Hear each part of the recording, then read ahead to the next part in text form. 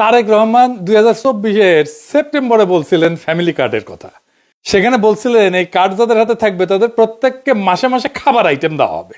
দেখেন, পরে দেখা গেল হয় টাকা অথবা খাবার দেওয়া হবে, যার যেটা প্রয়োজন। এই প্রসঙ্গে আমরা পরে আসিচ্ছি, এক এক করে আমরা দেখব। তো কি দেওয়া হবে তাহলে? ফ্যামিলি কার্ডের আওতায় প্রত্যেকটা পরিবার মাসে 2000 থেকে 2500 টাকা অথবা সমমূল্যের খাদ্য সহায়তা পাবে। তবে খাদ্য সহায়তা কি পাবে সেটার ব্যাপারে বিএনপির নেতাদের বক্তব্য আছে, আমরা ওইটা দেখব। আমরা ওইটা দেখে খাবারের হিসাবটা করে নেব। এই সহায়তার নগদ অর্থ হিসেবে অথবা নির্দিষ্ট খাদ্যপণ্য যেমন চাল, আটা, ডাল, ভোজ্য তেল, এটা হিসেবে দেওয়া হয়ে যেতে পারে। তো আমরা এই যে এটার একটা হিসাব কেজি ধরে করে দিছে এক বিএনপির নেতা, আমরা সেটা দেখেই হিসাব করব। এতে একটা পরিবারের খাদ্য চাহিদার একটা বড় অংশ নিশ্চিত হবে বলে তারা মনে করে আর কি। টাকাটা আসবে কিভাবে? ওইখানে বলা হয়েছে যে বর্তমান রাজস্ব এবং ব্যয়ের কাঠামোর মধ্যে বরাদ্দ এবং ব্যয় ব্যবস্থাপনা দক্ষতা বাড়ায়, দুর্নীতি অপচয় কমানোর মাধ্যমে প্রয়োজনীয় রাজস্ব সাশ্রয় সৃষ্টি করিয়া এটার বরাদ্দ করা হবে। এটা বিএনপির তারেক রহমানের উপদেষ্টারই লেখা, এটা দেখেছেন।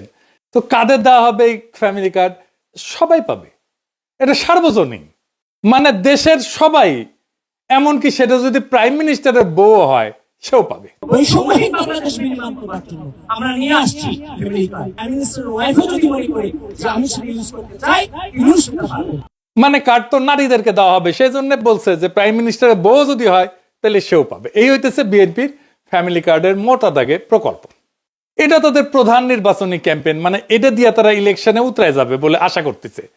আর উতরাইতে পারবে কিনা সেটা আল্লাহ জানে। যাই হোক, ওই যে জামাইকোটা বুদ্ধিজীবী বলেছিল না যে জামাতের কোনো প্ল্যান নাই, আনপ্রিপেয়ার্ড। জামায়াত ইসলাম যদি সরকারে আসে তাহলে অর্থমন্ত্রী কি হবে? আপনি যে কোনো জামায়াত ইসলামের লোককে জিজ্ঞেস করেন, পাবলিক ভিশন এগুলো নাই। জি, তো আসেন বিএনপির কেমন প্রিপারেশন নিচ্ছে সেটা দেখি।